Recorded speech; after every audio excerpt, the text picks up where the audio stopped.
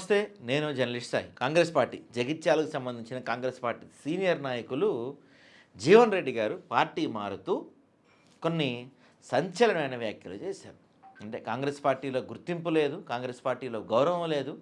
ఎప్పటి నుంచో కాంగ్రెస్ నమ్ముకున్న వాళ్ళకి కాంగ్రెస్ పార్టీ మోసం చేస్తుంది, వాళ్ళని పట్టించుకోవట్లేదు. దినగాక మొన్న వచ్చిన వాళ్ళకి పెద్దపేట వేస్తుంది, కానీ పార్టీ కోసం ఎన్నో ఏళ్ళుగా కష్టపడుతున్న వాళ్ళని పట్టించుకోవటం లేదు అనే స్థాయిలో ఆయన కామెంట్స్ చేశారు. దీంట్లో జగన్మోహన్ రెడ్డి గారి పేరును కూడా ప్రత్యేకంగా ప్రస్తావించారు. అసలు ఏం మాట్లాడారో ఒకసారి చూద్దాం. అదేమో జగన్మోహన్ రెడ్డి జరిగినటువంటి ఒక వివక్షత కాంగ్రెస్ పార్టీ ఈనాటి కూడా అనుభవిస్తున్నది. ఇప్పుడు naturally Jaganmohan Reddy exactly. So ఆయన చెప్పారు చూసారు, జగన్మోహన్ రెడ్డి గారి పైన చూపించిన వివక్ష కాంగ్రెస్ పార్టీ ఈ రోజుకి కూడా అనుభవిస్తుంది.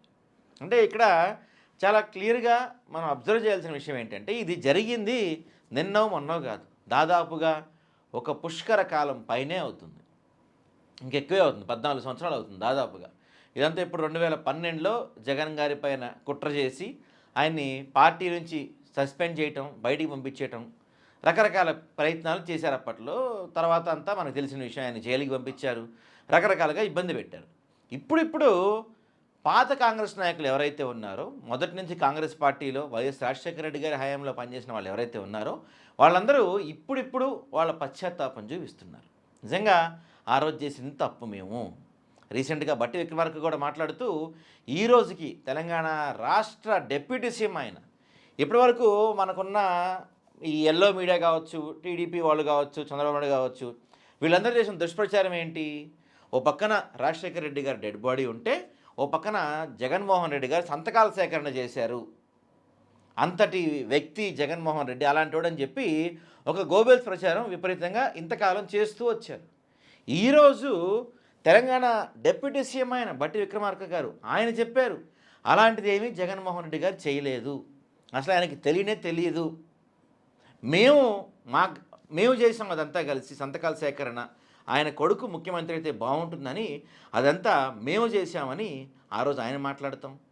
ఈరోజు జీవన్ రెడ్డి గారు కూడా పార్టీని నమ్ముకున్న వాళ్ళకి, ఇలాంటి వాళ్ళకి పార్టీ ఎప్పుడు ద్రోహం చేస్తుంది, జగన్మోహన్ రెడ్డి గారిని ఆ రోజు అలా చేయటం వల్ల ఆ దెబ్బ, ఆ శిక్ష ఈ రోజుకి కాంగ్రెస్ పార్టీ అనుభవిస్తుంది అనేది జీవన్ రెడ్డి గారు చెప్పారు. ఇక్కడ చాలా కీలకమైన పాయింట్, కర్మ ఎవరిని ఊరికే వదిలిపెట్టదు, కర్మ అనుభవించి తీరాలని చెప్తుంటారు కదా.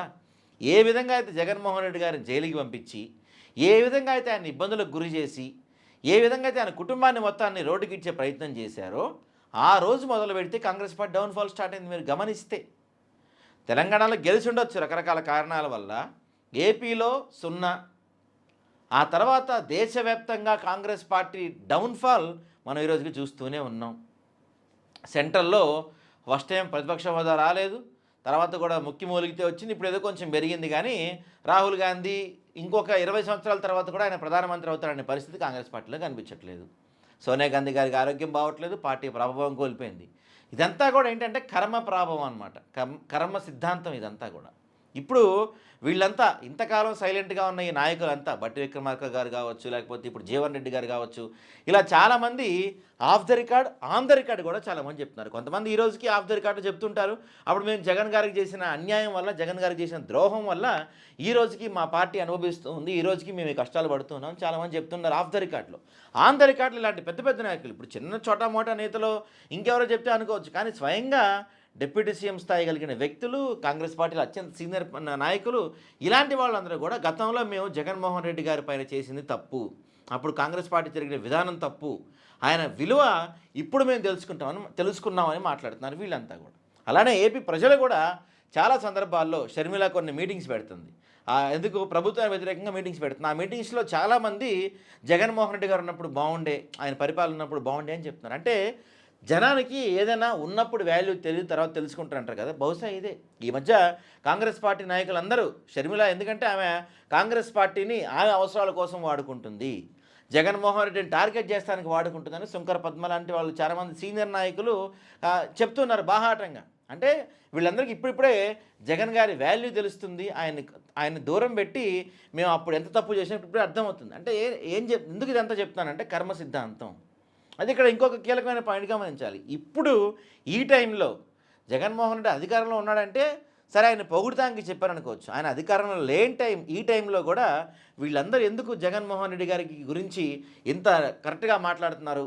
అప్పటి నిజాలను ఇప్పుడు ఎందుకు బయట పెడుతున్నారు అనేది మాత్రం తీవ్రంగా ఆలోచించాల్సిన విషయం.